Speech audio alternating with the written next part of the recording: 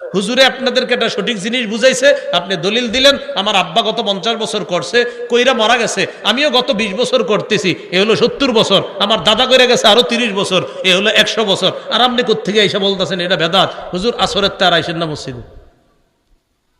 এটা ঠিক করেন নাই। কেন ঠিক করেন নাই? ইব্রাহিম নবী তার জাতিকে বুঝাইলো এইগুলা শিরিক, এই পূজা করা শিরিক। তার জাতি এইগুলা শোনার পর ইব্রাহিম আলাইহিস সালাতু ওয়াস সালামের কথা তারা বুঝছে যে আসলে ইব্রাহিমের কথা সত্য। বুঝা শোনার পর সব যখন ঠিক বুঝাইসে গেছে, এবার ইব্রাহিম নবী বলতেছে এগুলা ঠিক না, এগুলা অন্যায়। এখন দেখেন সর্বশেষ তাদের বুঝ আসার পরে জবাব, ইব্রাহিম শোনো, তুমি যা বুঝানোর বুঝাইছো, ওয়াজাদনা আবাআনা কাযালিকা ইয়াফআলুন, বাপ দাদাদেরকে দেখছি এগুলা করতে, তাই আমরাও করবো, আর কোনো দলিল চাই না। তাহলে বাপ দাদা করছে, এই উত্তরগুলা কাদের? কাফেরদের। ভুল কাজ বাপ দাদা করছে, উত্তরগুলা কারা দিত? কোরআনের অসংখ্য জায়গায় পাইবেন কাফেররা নবীদের কথায় কথায় বুঝাইসে যাইত, সর্বশেষ জবাব দিত। নবীর কথা বুঝতো, হা হা তুমি ঠিক বলছো, সব বুঝার পর সর্বশেষ বলতো আমার বাপ দাদা করছে, আমি করব। আবু তালেব একদম নবী গেছে, পাশে বসা রয়েছে, আবু তালেবের পাশে পাশে চামচারা বসা, লিডাররা। আবু তালেবকে রাসূল সাল্লাল্লাহু আলাইহি সাল্লাম বলতেছে, চাচা লা ইলাহা ইল্লাল্লাহ বলেন, উহাজ্জুলাকা বিহা, আমি এই কালিমা, আপনি লা ইলাহা ইল্লাল্লাহ বলেন, এটা দিয়ে আল্লাহর কাছে আমি দলিল পেশ করব কিয়ামতের মাঠে। চাচা আপনাকে আমি জান্নাতে নেওয়ার চেষ্টা করব, আপনি একটু পড়েন। আবু তালেব বলল, ভাতিজা তোমার যে ধর্ম এটা সঠিক, এটা আমিও বুঝি, তোমার ধর্ম সঠিক এটা আমি বুঝি, তুমি সঠিক পথে আছো এটাও বুঝি, কিন্তু আমি যদি তোমার এই ধর্ম গ্রহণ করে মারা যাই, মানুষ বলবে ছি ছি, বাপ দাদার ধর্ম ছাইরা বাতিজার ধর্ম গ্রহণ করছে। তো কাকা এই জন্য ইখতারতুন নার আলাল আর, আমি সম্মান বিসর্জন দিতে পারবো না, প্রয়োজনে আমি জাহান্নামের আগুন গ্রহণ করব, কিন্তু আমি এই সম্মান বিসর্জন দিতে পারবো না। তাহলে আব্বার ঐতিহ্য, দাদার ঐতিহ্য, এগুলা কাদের বক্তব্য? কাফেরদের। ইমাম মালিক রহমতুল্লাহি আলাই বলেন, মান ইবতাদা ফিল ইসলামি বিদআতান ইয়ারাহা হাসানাতান ফাকাদ জাআমা আন্না মুহাম্মাদান খানার রিসালা। ইমাম মালিক বলেন, কেউ যদি ইসলামের মধ্যে নতুন কোনো বেদাত চালু করে আর এটাকে যদি সে উত্তম মনে করে, আপনি ইসলামের মধ্যে একটা নতুন কিছু আবিষ্কার করলেন আর মনে করলেন এটা তো ভালো, হুজুর এটাতে আবেগ কাজ করে, কি বললেন? বেদাতগিরি করলেন আর বললেন এটাতে আবেগ কাজ করে, এই আবেগে বেদাতগিরি করলেন আর এটা আপনার কাছে ভালো লাগলো। ইমাম মালিক বলেন, যেই ব্যক্তি বেদাতি কর্মকাণ্ড করে আর মনে করে ভালো লাগছে এটা, সে কেমন যেন এই কথা বলতে চায় যে মুহাম্মদ সাল্লাল্লাহু আলাইহি সাল্লাম ইসলামের দায়িত্ব পালনে ত্রুটি রেখে গেছে, খেয়ানত করে গেছে। নবী কি ইসলাম পূর্ণাঙ্গ রেখে গেছে না অপূর্ণাঙ্গ?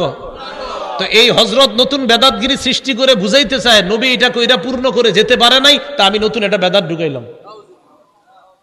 তাহলে কোন ব্যক্তি যদি নতুন বেদাত চালু করে ইসলামের মধ্যে, এর অর্থ হলো এই, নবী এটা পূর্ণ করে যেতে পারে নাই তাই সে পূর্ণ করেছে। এই জাতীয় কাজ যে করবে এটার নাম হবে বেদাতি কর্মকাণ্ড।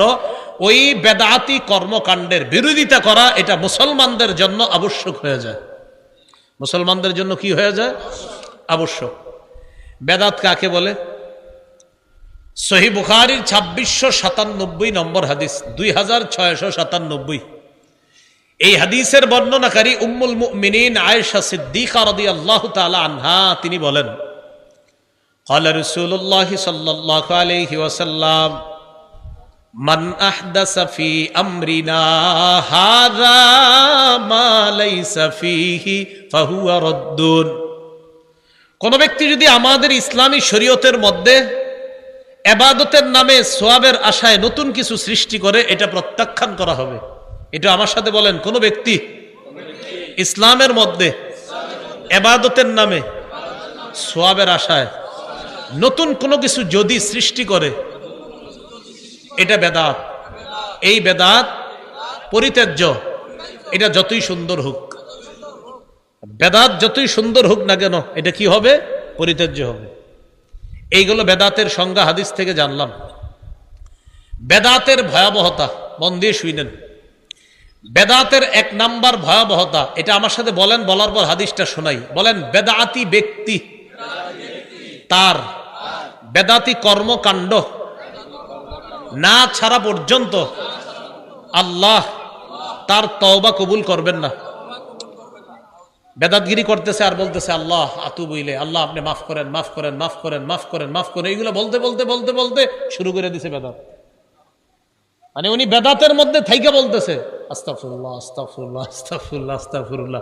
নবী কয় মাফ হবে না, মাফ হবে না, মাফ হবে না। কেন? তুমি তো বেদাতি ছাড়ো নাই। সহিহুত তারগিব 54 নম্বর হাদিস। قال رسول الله صلى الله عليه وسلم إن الله حجب التوبة عن كل صاحب بدعة حتى يدع بدعته।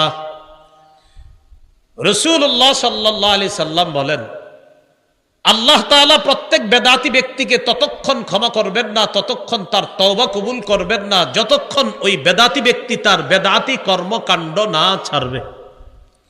আল্লাহ আমাদের সকলকে বেদাতি কর্মকাণ্ড থেকে হেফাজত করেন। এই গেল বেদাতের 1 নাম্বার ভয়াবহতা। বেদাতের 2 নাম্বার ভয়াবহতা, বলেন আমার সাথে, বেদাতি ব্যক্তি হাউজে কাউসার থেকে বঞ্চিত হবে যতই আবেগ দেখাক। বর্তমান জামানায় বেদাত কর্মকাণ্ড চালায় এমন কিছু ব্যক্তিরা বলে, কয় নবীর প্রেমে কোনো দলিল লাগে না। কি বলে? আপনাদেরকে নাচাইবে, গাওয়াইবে, রঙাইবে, রাঙানোর পর বলবে, কয় ওহাবিরা বলে।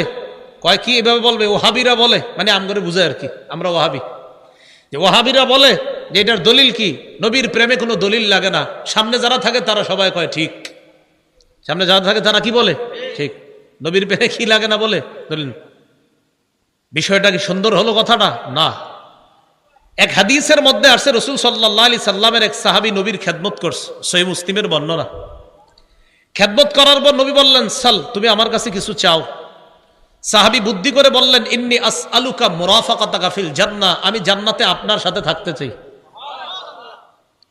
রাসূলুল্লাহ সাল্লাল্লাহু আলাইহি সাল্লাম বললেন, আওয়া গায়রা যালিক, তুমি কি এছাড়া অন্য কিছু চাও না? কয় না, আমি অন্য কিছু চাই না, আমি আপনার সাথে জান্নাতেই থাকতে চাই, জান্নাতে আপনার সাথী হতে চাই। এই কথা বলার পর নবী বললেন, আইন্নী আলা নাফসিকা বিকাসরাতিস সুজুদ, তুমি এক কাজ করবা, বেশি বেশি সেজদা করবা, নামাজ পড়বা। যত বেশি নামাজ পড়বা, নামাজের মাধ্যমে জান্নাতে আমার তত কাছাকাছি থাকতে পারবা। এখন একদল মানুষের স্লোগান, কয় আমি নামাজ না পড়লেও নবীর প্রেম আছে। অথচ নবী বলতেছে নামাজ পড়লে কাছাকাছি হওয়া যায়, আর হে বলতেছে নামাজ না পড়লেও নবীর প্রেম আছে। হাদিস থেকে কি শিখলাম? নামাজ পড়ে নবীর কাছাকাছি হওয়া যায় না, নামাজ ছেড়ে।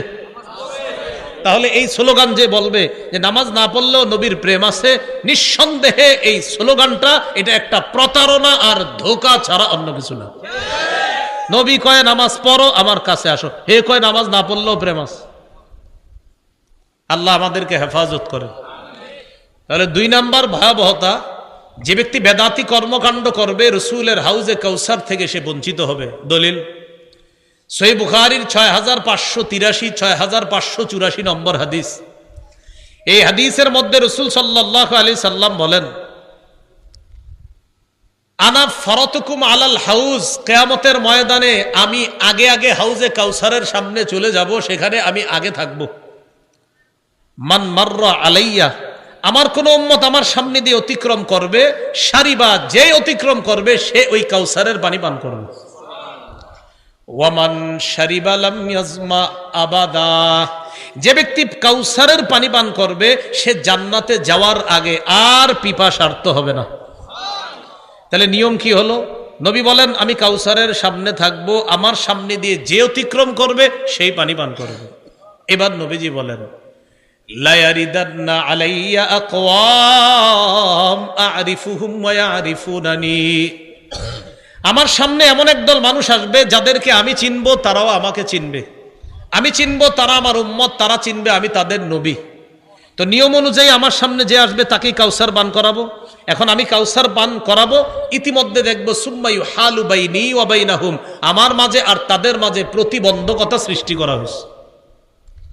আমি বলবো ফাকুলু ইয়া রাব্বি ইন্নাহুম মিন্নি, আল্লাহ এরা তো আমার উম্মত, আল্লাহর পক্ষ থেকে জবাব দেওয়া হবে, ইন্নাকা লা তাদরি মা আহদাসু বা'দাক।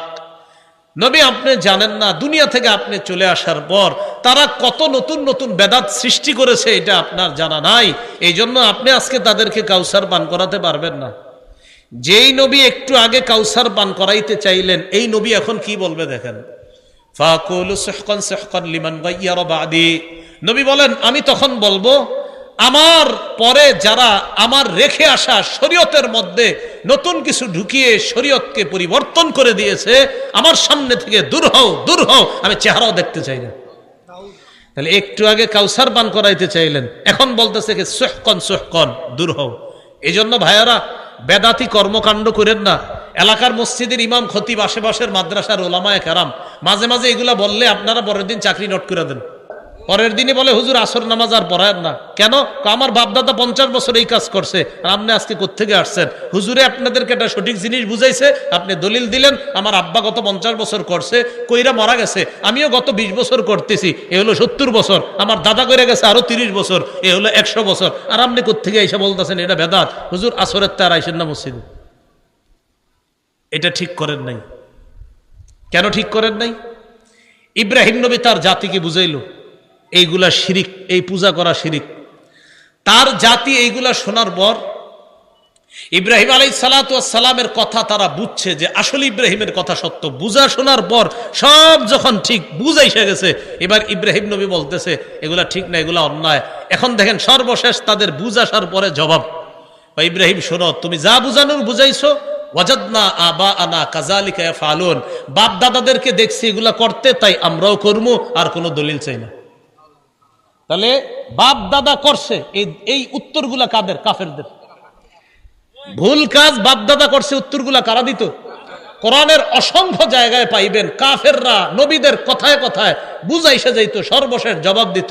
নবীর কথা বুঝতো, হা হা তুমি ঠিক বলছো, সব বুঝার পর সর্বশেষ বলতো আমার বাপ দাদা করছে, আমি করব। আবু তালেব একদম নবী গেছে, পাশে বৈশা রয়েছে, আবু তালেবের পাশে পাশে চামচারা বসা, লিডাররা। আবু তালেবকে রাসূল সাল্লাল্লাহু আলাইহি সাল্লাম বলতেছে, চাচা লা ইলাহা ইল্লাল্লাহ বলেন, উহাজ্জুলাকা বিহা, আমি এই কালিমা, আপনি লা ইলাহা ইল্লাল্লাহ বলেন, এটা দিয়ে আল্লাহর কাছে আমি দলিল পেশ করব কিয়ামতের মাঠে। চাচা আপনাকে আমি জান্নাতে নেওয়ার চেষ্টা করব, আপনি একটু পড়েন। আবু তালেব বলল, ভাতিজা তোমার যে ধর্ম এটা সঠিক, এটা আমিও বুঝি, তোমার ধর্ম সঠিক এটা আমি বুঝি, তুমি সঠিক পথে আছো এটাও বুঝি, কিন্তু আমি যদি তোমার এই ধর্ম গ্রহণ করে মারা যাই, মানুষ বলবে ছি ছি, বাপ দাদার ধর্ম ছাইরা বাতিজার ধর্ম গ্রহণ করছে।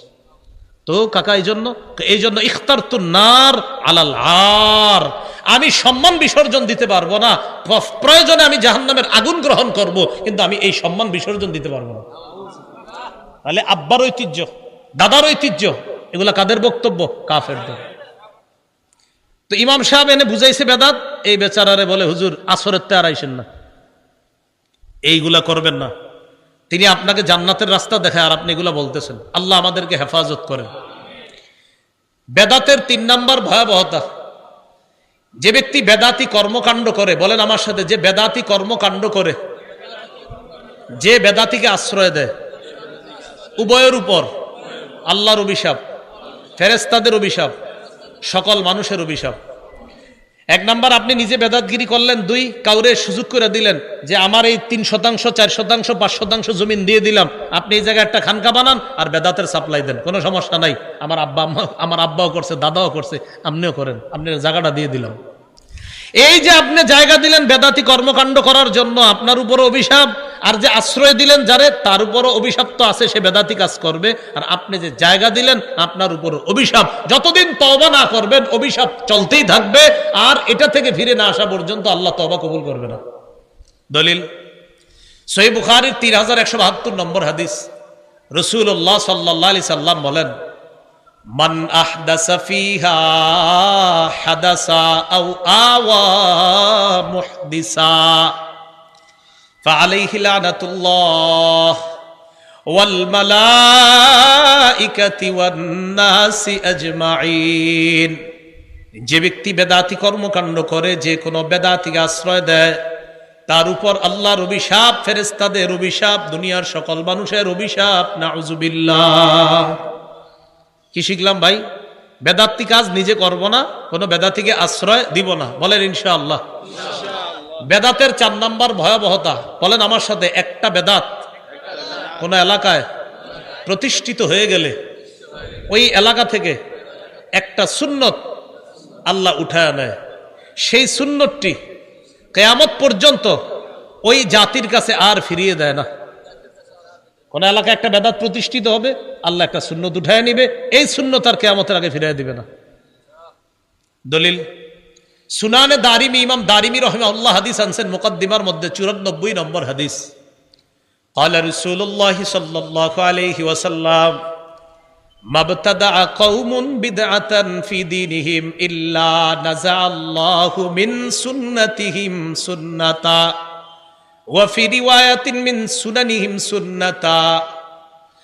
কোন এলাকার মধ্যে কোন জাতি যদি তাদের ধর্মের মধ্যে একটা বেদাত চালু করে, এটা যদি প্রতিষ্ঠিত হয়ে যায়, আল্লাহ তাআলা ওই এলাকা থেকে একটা সুন্নত উঠায় নেয়। সুম্মা লা ইয়ারুদ্দুহা ইলাইহিম ইলা ইয়াউমিল কিয়ামাহ, কিয়ামত পর্যন্ত ওই সুন্নত ওই জাতির কাছে আল্লাহ আর ফিরিয়ে দেয় না। এই জন্য এলাকার উলামায়ে হযরত আছেন, এলাকাবাসীর কাছে আমার উদাত্ত আহ্বান, এলাকার মধ্যে যদি কোনো বেদাত দেখেন চালু হয়, কেউ যদি কোনো বেদাত প্রতিষ্ঠিত করে, আলেমদের সাথে মিলেমিশে সম্মিলিতভাবে ওই বেদাতের প্রতিবাদ করবেন, ওই বেদাতকে এলাকা থেকে দূর করবেন। না হয় কপাল খারাপ, কিন্তু আপনাদের সুন্নত কিন্তু আল্লাহ উঠায় নেবে। ইবনে মাজার বর্ণনা 2865 নম্বর হাদিস, 2865 নম্বর হাদিস। এই হাদিসের মধ্যে আছে ক্বালা রাসূলুল্লাহ সাল্লাল্লাহু আলাইহি ওয়াসাল্লাম, নবীজি বলেন, ইন্নাহু সায়ালি আমরাকুম মিন বা'দি রিজাল ইউতফিউনা সুন্নাহ ওয়া ইউহদিসুনা বিদআহ ওয়া ইউআখিরুনা আস-সালাতা আন মাওয়াকিতিহা। নবী বলেন, আমার পর তোমাদের ধর্মীয় দায়িত্বশীল হবে এমন মানুষরা যারা সুন্নতকে মিটায়া দিবে। যারা কি মিটায়া দিবে? সুন্নত। আপনাদের সামনে এরকম এরকম মানুষ বসে, সামনে লাখ লাখ মানুষ বসে, এই লোক হাজার হাজার লাখ লাখ মানুষের সামনে বৈশা সুন্নত মিটায়া দিচ্ছে, এবং তাকে আপনারা দ্বীনের নেতা মনে করতেছেন। নবীজি বলতেছেন, আমার পরে ধর্মীয় নেতা হবে এমন এমন মানুষ, ইউতফিউনা সুন্নাহ, যারা সুন্নতকে নিভিয়ে দিবে, ওয়া ইউহদিসুনা বিদআহ, যারা বেদাত প্রতিষ্ঠিত করবে, ওয়া ইউআখিরুনা আস-সালাতা আন মাওয়াকিতিহা, যারা সময় মতো নামাজকে নিতে নিতে নিতে নিতে একদম শেষ হতে গিয়ে নামাজ পড়বে। আসরের নামাজ কোনো মতে সূর্য ডুবার সময় গিয়ে আল্লাহু আকবার 4টা ঠোকর দিবে, এরকম করবে। আব্দুল্লাহ ইবনে মাসউদ রাদিয়াল্লাহু তাআলা আনহু বললেন, হুজুর কাইফা বি ইন আদরাকতুহুম, এই জাতীয় বেদাতি যদি পাই কি করব? এখন আপনারা আমরা সবাই একসাথে বলি, চলেন, যদি আমরা এই জাতীয় বেদাতি পাই তা আমরা কি করব? নবীজি জবাব দিয়ে দিছে, লাইসা তাআতুন লিমান আসাল্লাহ, যে আল্লাহর নাফরমানি করে তার কথা মানা যাবে না, যে আল্লাহর নাফরমানি করে তার কথা মানা যাবে না। অতএব যে সুন্নতকে নিভায়া দেয়, বেদাত সৃষ্টি করে, সে আল্লাহর নাফরমান। নবী বলতেছে এই নাফরমানের কথা মানা যাবে না। নাফরমানের কথা কি করা যাবে না? মানা যাবে না। এই হলো বেদাতের 4 নাম্বার ভয়াবহতা। বেদাতের 5 নাম্বার ভয়াবহতা, যে ব্যক্তি বেদাতগিরি করে, আল্লাহ না করেন যদি এই আকীদা নিয়ে মারা যায় যে মরার সময় তার বেদাতি আকীদা, বাস তার ঠিকানা জাহান্নাম। ইবনে মাজাহ, আবু দাউদ, নাসাই, এই 3 কিতাবের মধ্যে মিলে একটা হাদিস শোনাই। আবু দাউদের 4607, নাসাইর মধ্যে বর্ণনাটা আছে। রাসূলুল্লাহ সাল্লাল্লাহু আলাইহি সাল্লাম বলেন, ইন্নাহু মাইয়াইশ মিনকুম বা'দি ফাসায়ারা ইখতিলাফান কাসীরা, আমার পরে যারা দুনিয়াতে থাকবা তোমরা প্রচুর মতভেদ দেখতে পাবা। নবী বলছে আমার পরে দুনিয়াতে যারা বসবাস করবে তারা প্রচুর মতভেদ দেখবে। এখন একটু বলেন তো আপনারা, আমরা কি ভবিষ্যতে দেখবো না দেখতেছি? যেমন আপনারা সাধারণ মানুষদের একটা কমন ডায়লগ, এক হুজুর এক কথা বলে, আরেক হুজুর আরেক কথা বলে, কার কথা মানবো, এরকম বলেন না? তো নবীজি বলছে আমার পরে যারা দুনিয়াতে বসবাস করবে তারা প্রচুর মতভেদ দেখবে। এখন বলেন তো মতভেদ দেখবো না দেখতেছি? যেমন জুমার আজান কয়টা? হ্যাঁ বলেন, কিন্তু একটা ঝগড়া আছে কিনা? একদল বলতেছে কয়টা? একটা, আবার আমরা বলতেছি কয়টা? 2টা। এখন এই যে মতভেদ দেখবো, এটা কে বলছে? নবীজি। তাহলে মন দিয়ে শুনেন, কথার কথা, জুমার আজান আমরা বলি দুইটা, আবার একদল মোহাব্বতের ভাই তারা বলে কয়টা? একটা। তো রসুল বলছে আমার পরে যারা দুনিয়াতে থাকবে তারা প্রচুর মতভেদ দেখবা। এখন কথা হলো হুজুর মতভেদ দেখলে আমরা করবো কি? নবীজি জানিয়ে দিলেন ফালাইকুম বিসুন্নতি, এক নাম্বার কাজ ওই মতভেদ যখন দেখবা তখন আমার সুন্নত আঁকড়ে ধরবা। সুবহানাল্লাহ। এখন আমরা একটা মতভেদের মধ্যে আছি, সেটা কি জুমার আজান কয়টা? তো মতভেদ হলো আমরা বলি দুইটা, আর একদল মোহাব্বতের ভাই বলে কয়টা? একটা। এখন আমরা এই মতভেদের মধ্যে নিরসন খুঁজতেছি। নবী বলে মতভেদ লাগলে প্রথমে আমার সুন্নত ধরবা। নবীর সুন্নত তালাশ করে জুমার আজান পাইছি একটা। বলেন কয়টা? একটা। এবার নবী বলতেছে ওয়াসুন্নাতিল খুলাফাইর রাশিদিনাল মাহদিয়িন, আমার হেদায়েত প্রাপ্ত খোলাফায়ে রাশেদার সুন্নত আঁকড়ে ধরবা। নবীর সুন্নতে পাইছি জুমার আজান একটা। এবার খোলাফায়ে রাশেদার সুন্নত, খোলাফায়ে রাশেদার মধ্যে প্রধান চারজন সাহাবীর মধ্যে একজন হযরত উসমান। হযরত উসমান জুমার দ্বিতীয় আজান চালু করছে। নবী বলছে মতভেদ যখন দেখবা, এক আমার সুন্নত ধরবা, দুই আমার সাহাবায়ে কেরামের সুন্নত ধরবা। নবীর সুন্নতে পাইছি আজান একটা, উসমানের সুন্নতে পাইছি আজান আরেকটা। অতএব নবীর সুন্নাহ মানা মানিও নবীর কথা মানা, উসমানের সুন্নাহ মানা মানিও নবীর কথা মানা। আর নবীজি বলছে আমার সুন্নত ধরো, সাহাবায়ে কেরামের সুন্নত ধরো। এখন বলেন তো নবীর সুন্নত ধরবো কথাটা কার? বলেন নবীর। আমরা মতভেদ দেখবো না দেখতেছি? তো নবী বলছে মতভেদ দেখলে এক নাম্বার আমার সুন্নত ধরো, এরপরে বলছে খোলাফায়ে রাশেদার সুন্নত ধরো। আচ্ছা বলেন তো নবীর সুন্নত ধরতে হবে কথাটা কার? নবীর। খোলাফায়ে রাশেদার সুন্নত ধরতে হবে কথাটা কার? নবীজির। তাহলে খোলাফায়ে রাশেদার মধ্যে হযরত উসমান গনি আছে কিনা? এই হযরতে ওসমান দ্বিতীয় আজান চালু করছে। মক্কা মদিনা সহ সারা পৃথিবীর ম্যাক্সিমাম জায়গায় জুমার আজান হয় দুইটা। এখন আপনার একদল মোহাব্বতের ভাই তারা বলতেছে না জুমার আজান একটা, আর আমরা বলতেছি না জুমার আজান দুইটা।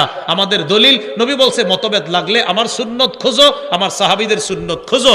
আর নবীর সুন্নত আর সাহাবীদের সুন্নত মানার কারণেই আমাদের নাম আহলুস সুন্নাহ ওয়াল জামাআহ। আমরা নবীর সুন্নাহও মানি, জামাতে সাহাবা তাদের আদর্শও মানি। নবীর সুন্নতে পাই জুমার আজান একটা, জামাতে সাহাবার আদর্শে পাই সুন্নত দুইটা, জুমার আজান। এই জন্য আমরা জুমার আজান দেই দুইটা।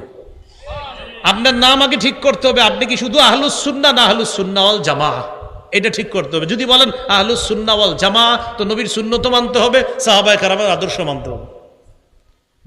আচ্ছা এবার সাধারণ জনগণ দেখি বুঝছেন নি? বলেন আমরা মতভেদ দেখব কথাটা কার? নবীর। এখন জুমার আজান একটা না দুইটা, এই মতভেদটা কি দেখবো না দেখতেছি? এবার নবী বলছে মতভেদ দেখলে এক কার সুন্নত খুঁজবো? নবীর। দুই নাম্বার কার সুন্নত? সাহাবীদের। বলেন তো নবীর সুন্নতে জুমার আজান পাই কয়টা? সাহাবীদের সুন্নতের মধ্যে জুমার আজান পাই কয়টা? নবীর সুন্নত মানা কথাটা কার কথা? নবীর। সাহাবীদের সুন্নত মানা কথাটা কার? আল্লাহ আমাদেরকে বুঝার তৌফিক দান করেন। এরপর নবী বলেন ইয়াকুম ওয়াল মুহদাসাত, তোমরা ইসলামের মধ্যে নতুন নতুন বেদাত আবিষ্কার করা থেকে বাঁচো। ফাইন্না কুল্লা মুহদাসাতিন বিদআহ, প্রত্যেক নতুন আবিষ্কার বেদাত। নাসাইতে আছে ওয়া কুল্লা বিদআতিন দালালাহ, প্রত্যেক বেদাত হলো পথভ্রষ্টতা। ওয়া কুল্লা দালালাতিন ফিন্নার, প্রত্যেক পথভ্রষ্টতার ঠিকানা জাহান্নাম। আল্লাহ আমাদের সকলকে বেদাতি কর্মকাণ্ড থেকে হেফাজত করেন। এইগুলো আমাদের আজকের আলোচনার প্রথম অংশ। এবার দ্বিতীয় অংশটা আমরা চলে যাই, চলেন। দ্বিতীয় অংশ হলো, বলেন আমার সাথে, কবর কেন্দ্রিক বাড়াবাড়ি, শিরিক পর্যন্ত পৌঁছে দেয়। আপনাদের নারায়ণগঞ্জ আছে কিনা আমি জানি না, আমাদের বাংলাদেশে কবর কেন্দ্রিক বাড়াবাড়ি আছে, বেশি আছে এটা আমিও জানি। কবর কেন্দ্রিক বাড়াবাড়ি, আগে বয়ানটা শুনেন। সহিহ বুখারীর বর্ণনা 427 নম্বর হাদিস। এই হাদিসের মধ্যে নবীজির 3 বিবির কথা। এক হলো আম্মাজান আয়েশা সিদ্দিকা রাদিয়াল্লাহু তাআলা আনহা থেকে হাদিসটা বর্ণনা। নবীজির আর 2 বিবি উম্মে হাবিবা আর উম্মে সালামা, তাদের সম্পর্কে হাদিসটা। সুবহানাল্লাহ। বর্ণনা করছে এক বিবি আর সম্পর্ক আরো 2 বিবির। তিনি বলেন আন্না উম্মা হাবিবাতা ওয়া উম্মা সালামাতা যাকারাতা কানিসাতান রাআইনাহা বিল হাবাশা। উম্মে হাবিবা এবং উম্মে সালামা নবীর এই 2 বিবি হাবশায় একটা গির্জা দেখছে, গির্জা ফিহা তাসাবির, এই গির্জার মধ্যে অনেক মূর্তি। গির্জা ইবাদতখানা, এই ইবাদতখানার মধ্যে অনেক মূর্তি। ফাযাকারাতা লিন-নবী সাল্লাল্লাহু আলাইহি ওয়াসাল্লাম, এই ব্যাপারটা তার দুই বেবি নবীজিকে জানাইছে, ইয়া রাসূলুল্লাহ, হাবশা একটা গির্জা দেখলাম, গির্জা তাদের ইবাদতখানা, ইবাদতখানার ভিতরে দেখলাম আবার মূর্তি, ব্যাপারটা বুঝলাম না। নবীজি বললেন, ইন্না উলাইকা ইযা কানা ফীহিমুর রাজুলুস সালিহ মাতা, এরা হলো ওই সমস্ত মানুষ, তাদের মাঝে কোনো ভালো মানুষ যখন মারা যাইতো, বানাউ আলা কবরিহি মসজিদা, তারা ওই ভালো মানুষের কবরের উপর একটা মসজিদ বানাইতো। তাদের কোনো ভালো মানুষ মারা গেলে ওই ভালো মানুষের কবরের উপর তারা একটা মসজিদ বানাইতো। বানানোর পর ওয়াসাওয়ারু ফীহি তিলকা সুওয়ারা, ওই মসজিদের ভিতর ওই অলিদের মূর্তি তারা স্থাপন করত। এবার একটু বুঝেন, দেখেন, এ হলো অলির কবর, এই কবরের উপরে মসজিদ, আবার মসজিদের ভিতরে অলির ছবি মূর্তি। এ হলো নিচে হলো কবর, উপরে মসজিদ, ওই মসজিদের ভিতরে অলির মূর্তি। তাহলে নিচে অলির কবর, উপরে অলির মূর্তি, এটার মধ্যে তারা ইবাদত করত। নাউজুবিল্লাহ। রাসূলুল্লাহ সাল্লাল্লাহু আলাইহি সাল্লাম বলেন, উলাইকা শিরারুল খালকি ইনদাল্লাহি ইয়াউমাল কিয়ামা, কিয়ামতের ময়দানে তারা হবে সবচেয়ে নিকৃষ্ট জাতি। বলেন নাউজুবিল্লাহ। কি শিখলাম? কবর কেন্দ্রিক মসজিদ বানানোর প্রতি কি কোনো উৎসাহিত আছে? হাদিসের মধ্যে উৎসাহ আছে? নবী বললেন এরা হবে সবচেয়ে নিকৃষ্ট। এবার আরেকটা হাদিস শুনেন, মুসনাদে আহমদ, এই হাদিসের বর্ণনাকারী আব্দুল্লাহ ইবনে মাসউদ রাদিয়াল্লাহু তাআলা তিনি বলেন, সামিআতু রাসূলুল্লাহি সাল্লাল্লাহু আলাইহি ওয়াসাল্লাম ইয়াকুল, ইন্না মিন শাররিন নাস মান তুদরিকুহুমুস সাআ ওয়া হুম আহইয়া ওয়াল্লাযীনা ইয়াত্তাখিযুনাল কুবুরা মাসাজিদা। রাসূলুল্লাহ সাল্লাল্লাহু আলাইহি সাল্লাম বলেন, পৃথিবীর সবচেয়ে নিকৃষ্ট জাতি তারা যারা দুনিয়াতে জীবিত থাকতে কিয়ামত আসবে। পৃথিবীর সবচেয়ে নিকৃষ্ট মানুষ তারা যারা দুনিয়াতে জীবিত থাকতে কিয়ামত আসবে। পৃথিবীর সবচেয়ে নিকৃষ্ট মানুষ তারা যারা জীবিত আছে আর কিয়ামত এসে গেল, তারা সবচেয়ে নিকৃষ্ট। আর কারা? ওয়াল্লাযীনা ইয়াত্তাখিযুনাল কুবুরা মাসাজিদা, এবং তারা, বলেন সবাই, এবং তারা, আরো জোরে বলেন, এবং তারা যারা কবরকে মসজিদ বানায়, যারা কবরকে সেজদার স্থান বানায়, তারা সবচেয়ে নিকৃষ্ট। তাহলে নবীজি কি বললেন? যারা জীবিত থাকতে কিয়ামত আসবে তারা সবচেয়ে নিকৃষ্ট, আর যারা কবরকে সেজদার স্থান বানায় তারা সবচেয়ে নিকৃষ্ট। এবার আরেকটি হাদিস শোনেন, সহিহ মুসলিমের বর্ণনা, 1075 নম্বর হাদিস, আমাদের মাদ্রাসার পাঠ্যপুস্তক অনুসারে 532 নম্বর হাদিস, আর আপনাদের পকেটের উস্তাদ অনুযায়ী 1075। পকেটে অনেকে উস্তাদ রাখে, মানে মোবাইল, এটাই উস্তাদ। তো এটা অনুযায়ী 1075, যদিও এটা বলা আমার জরুরি না, এটা না বললেও কিচ্ছু হবে না, কারণ আপনারটা ইন্টারন্যাশনাল ভাবে ফলো করা হয় না। আমি যেটা বলি ওটা ফলো করা হয়, 532 এটা ফলো হয় না। আপনি 1075 যেটা, এটা এমনি বলে দিলাম, কারণ চিপাই গিয়ে আবার মিলায় হুজুরের কথা ঠিক আছে কিনা। এই হাদিসের মধ্যে আছে রাসূলুল্লাহ সাল্লাল্লাহু আলাইহি সাল্লামের সাহাবী জুনদুব রাদিয়াল্লাহু তাআলা আনহুর বর্ণনা, তিনি বলেন, সামিআতু রাসূলুল্লাহি সাল্লাল্লাহু আলাইহি ওয়াসাল্লাম ইয়াকুলু ক্বাবলা আন ইয়ামুতা বিখামসিন, নবীজি ইন্তেকালের মাত্র 5 দিন আগে আমি নবীরে বলতে শুনছি। ইন্তেকালের কয়দিন আগে? 5 দিন। ইন্নী আবরাউ ইলাল্লাহ আইয়াকুনা লি মিনকুম খলিল, তোমাদের মধ্যে আমার কোনো অন্তরঙ্গ বন্ধু হওয়া থেকে আমি আল্লাহর কাছে মুক্ত, তোমাদের কেউ আমার অন্তরঙ্গ বন্ধু নাই। নবী বলতেছে, হে জাতি শোনো, হে উম্মত শোনো, তোমাদের মধ্যে আমার কোনো অন্তরঙ্গ বন্ধু নাই, এই অন্তরঙ্গ বন্ধু হওয়া থেকে আমি আল্লাহর কাছে মুক্ত। কেন?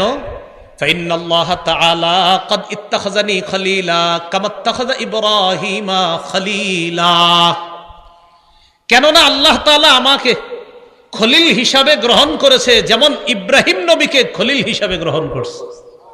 আপনারা এতদিন জানতেন ইব্রাহিম নবী আল্লাহর খলিল, এক নবী আল্লাহর খলিল। আজকে থেকে আমরা জেনে থাকবো ইব্রাহিম নবীও আল্লাহর খলিল, আমাদের নবীও আল্লাহর খলিল।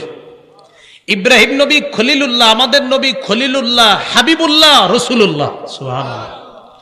তাহলে আমাদের নবী বলেন, মানুষের মধ্যে আমার কোনো খলিল নাই। কেন? আল্লাহ আমাকে খলিল হিসাবে গ্রহণ করেছেন, কেমনি ভাবে ইব্রাহিম নবীকে খলিল হিসাবে গ্রহণ করেছেন। এরপরে নবী বলেন, লাউ কুনতু মুত্তাখিজান মিন উম্মতি খলিলা লাত্তাখাযতু আবা বকরিন খলিলা, আমি যদি আমার উম্মতের কাউকে আমার অন্তরঙ্গ বন্ধু হিসাবে গ্রহণ করতাম, তাহলে আবু বকরকে আমার খলিল অন্তরঙ্গ বন্ধু হিসাবে গ্রহণ করতাম। তাহলে বলেন তো আমাদের নবীর কোনো খলিল আছে? নাই। যদি খলিল বানাইতেন মানুষের মধ্যে কাউকে, কোন সাহাবীকে বানাইতেন? আবু বকরকে। কিন্তু নবী কার খলিল? আল্লাহর খলিল। এই কথা বলার পর নবী বলেন, আলা ওয়া ইন্নামান কানা ক্বাবলাকুম, শোনো তোমরা, তোমাদের পূর্ববর্তী জাতি যারা, ইত্তাখাযু কুবুর আমবিয়াইহিম ওয়া সালিহিহিম মাসাজিদা, তোমাদের পূর্ববর্তী জাতি তাদের নবীর কবর আর নেককার মানুষের কবরগুলোকে মসজিদ বানাইছে, সেজদার স্থান বানাইছে। তোমাদের পূর্ববর্তী জাতি নবীদের কবর সমূহকে আর নেককার মানুষদের কবরকে সেজদার স্থান বানাইছে। আলা ফালা তাত্তাখিজুল কুবুর মাসাজিদা, শোনো তোমরা কিন্তু কবরকে সেজদার স্থান বানায়ও না। নবী কি বুঝাইতে চায়? হে আমার উম্মত, অন্য জাতি যেমন নবীদের কবরকে সেজদার স্থান বানাইছে, নেককার মানুষদের কবরকে সেজদার স্থান বানাইছে, এই কাজ কিন্তু তোমরা করো না। কারণ নবী তো ইন্তেকাল করবে, নবী বিদায় নিবে, নবীর আর বেশি দিন বাকি নাই, মাত্র 5 দিন বাকি আছে। নবী ওই 5 দিন আগে বলতেছে, সাবধান, অতীতের জাতি তাদের নবীর কবরকে সেজদার স্থান বানাইছে, এই কাজ কিন্তু তোমরা করো না। নেককার মানুষকে কেন্দ্র করে সেজদার স্থান আমাদের দেশে তালাশ করলেও পাবেন। হ্যাঁ, নেককার মানুষকে কেন্দ্র করে সেজদার স্থান এই দেশে তালাশ করলেও পাবেন। আল্লাহ হেফাজত করেন। এবার শুনেন কি বলে নবীজি, বলেন ইন্নী আনহাকুম আন যালিকা, আমি তোমাদেরকে নিষেধ করে দিচ্ছি। এবার একটা হাদিস শুনেন, আমার দিকে তাকান। এটা হলো একটা কাপড়, মনে করেন এটা কি একটা কাপড়। সহিহ বুখারীর 435 নম্বর হাদিস। রাসূল সাল্লাল্লাহু আলাইহি সাল্লাম ইন্তেকাল করবে। আগের হাদিসটা শোনাইছি কি ইন্তেকালের দিন না ইন্তেকালের 5 দিন আগে? এখন যেটা শোনাচ্ছি ইন্তেকাল করবে মানে এই যে নবী যাবে দুনিয়া থেকে, ওই মুহূর্তের হাদিস। 427 এই 435 এই হাদিসটা হলো বুখারীর 435। এই হাদিসের মধ্যে আসছে, লাম্মা নুজিলা বিরাসূলিল্লাহি সাল্লাল্লাহু আলাইহি ওয়াসাল্লাম, নবী যখন মুমূর্ষ অবস্থায়, নবী যখন ইন্তেকাল করবে মুমূর্ষ অবস্থায়, কাদা ইয়াতরাহু খামিসাতান আলা ওয়াজহিহি, নবী তার চেহারার উপর একটা কাপড় দিছে, এইভাবে চেহারার উপর একটা কাপড় দিছে। ফাইযা তাম্মা, প্রাণটা যখন বের হবে অবস্থা, কাশাফাহা আন ওয়াজহিহি, চেহারা থেকে কাপড়টা সরাইছে। তাহলে মুমূর্ষ অবস্থায় কাপড় দিছে, এবার বলতেছে ফাইদা তাম্মা, প্রাণটা বের হবে অবস্থায় কাপড়টা সরাইছে। সরানোর পর বললেন, লানাতুল্লাহি আলাল ইয়াহুদি ওয়ান নাসারা, ইহুদিদের উপর আল্লাহর অভিশাপ, খ্রিস্টানদের উপর আল্লাহর অভিশাপ। কেন? ইত্তাখাযু কুবুর আমবিয়াইহিম মাসাজিদা, তারা তাদের নবীদের কবরকে সেজদার স্থান বানাইছে। নবী বুঝাইতে চায়, আমি কিন্তু চলে যাচ্ছি, সাবধান, আমার কবরকে কেন্দ্র কইরা এই জাতি উল্টাপাল্টা কাজ করবে না। তাহলে কি শিখলাম? ইন্তেকাল করবে অবস্থায় বলতেছে ইহুদিদের উপর অভিশাপ, খ্রিস্টানদের উপর অভিশাপ, তারা তাদের নবীর কবরকে সেজদার স্থান বানিয়েছে। উম্মত এগুলা করবা না। ইউহাদ্দিরু মা সনাউ, তারা যা করছে এই ব্যাপারে তার উম্মতকে নবী সতর্ক করে দিচ্ছে। আল্লাহ আমাদেরকে হেফাজত করেন। এবার আমার সাথে বলেন কবরকে কেন্দ্র করে উৎসবের স্থান বানানো যাবে না, মেলা বসানো যাবে না। জি, রবিউল আউয়ালে বসে আশেপাশে, আমি কি কইছি? আপনারা না বলতেছেন, যদি বৈশা থাকে তো এটা নিষেধ। কবরকে কেন্দ্র করে মেলা বসানো নিষেধ। দলিল আবু দাউদের বর্ণনা 2042 নম্বর হাদিস। এই হাদিসের মধ্যে আছে, ক্বালা রাসূলুল্লাহ সাল্লাল্লাহু আলাইহি ওয়াসাল্লাম, লা তাত্তাখিযু বুয়ুতাকুম কুবুরা, তোমরা তোমাদের ঘরগুলাকে কবর বানায়ও না। ঘর কবর বানায় কিভাবে? নফল নামাজ না পড়লে, জিকির না করলে, কোরআন তেলাওয়াত না করলে ওই ঘর কবরের মতো হয়ে যায়।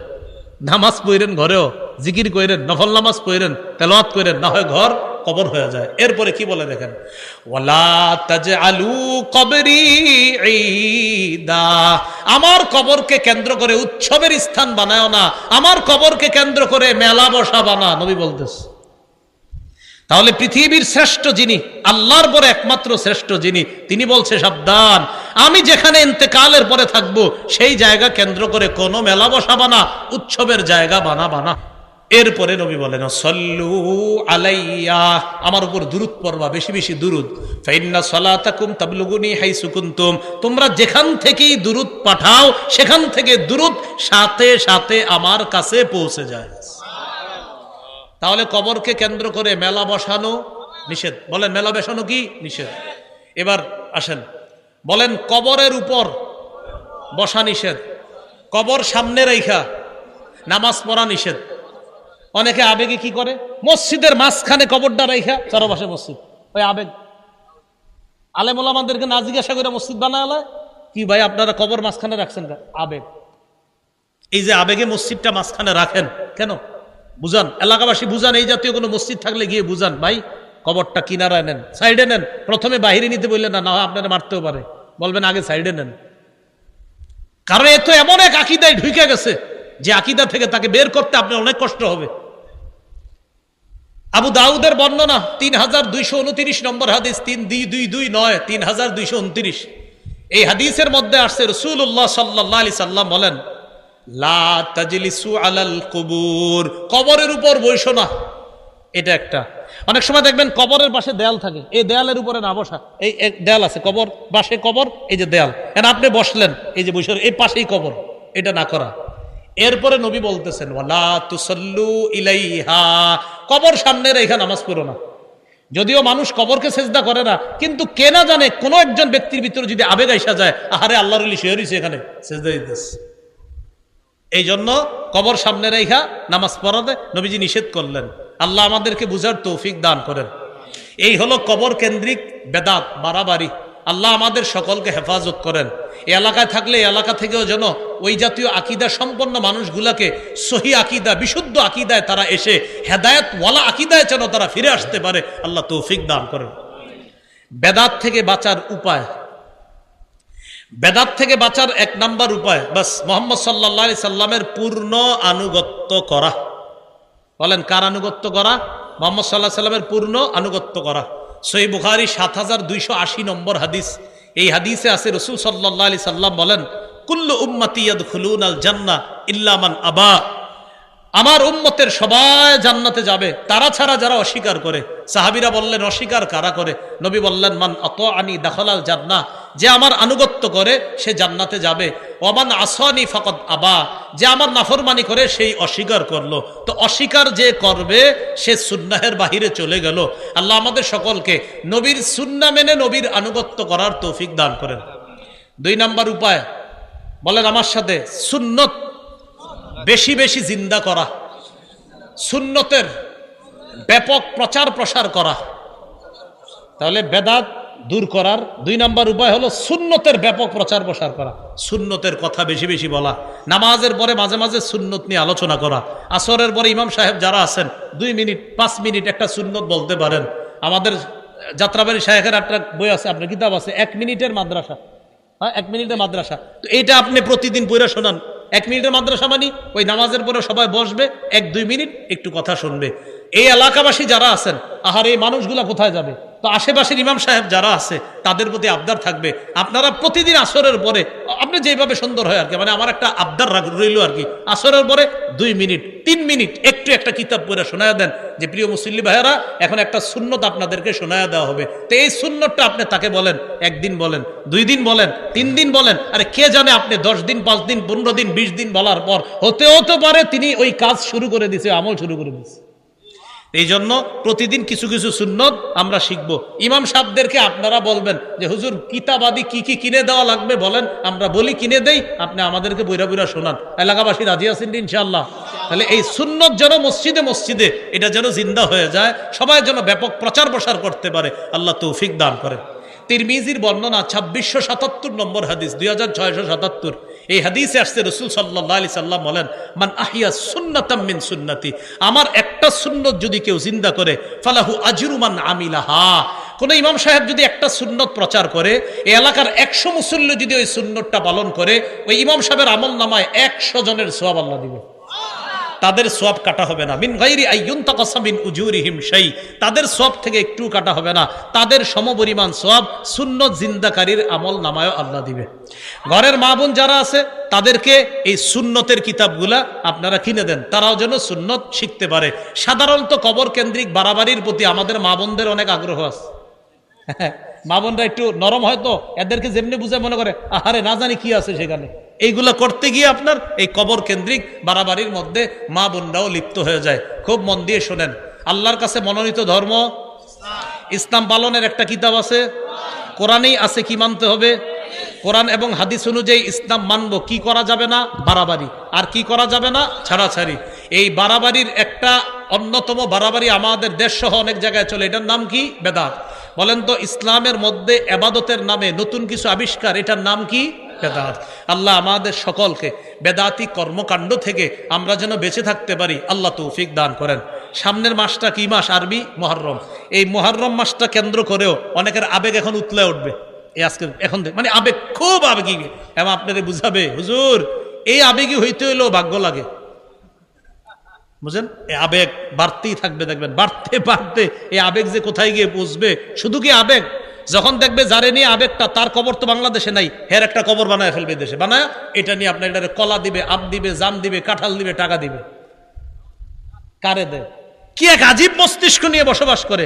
কবরের সামনে একটা বাচ্চা বৈশা বৈশা কয়, স্যার 10টা টাকা দান করেন। দান করে না, ওই কবরে মরা মানুষটারে গিয়ে 10,000 দিয়ে। জিন্দা মানুষ কত চাইছে? 10। আরে জিন্দা মানুষ কত টাকা চাইছে? 10। দেয় নাই 10। মরা মানুষের দিছে কত? 10,000। এই বলেন না, মরা মানুষের দিছে কত? স্যার 10টা টাকা দেন, পেটে খিদা।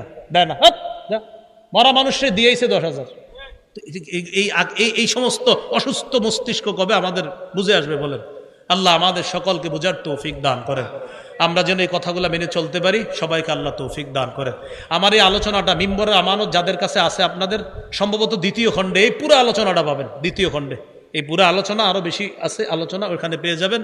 মিম্বরের আমানত যারা সংগ্রহ করেন নাই, আমার আবদার থাকবে সংগ্রহ করে নিয়েন।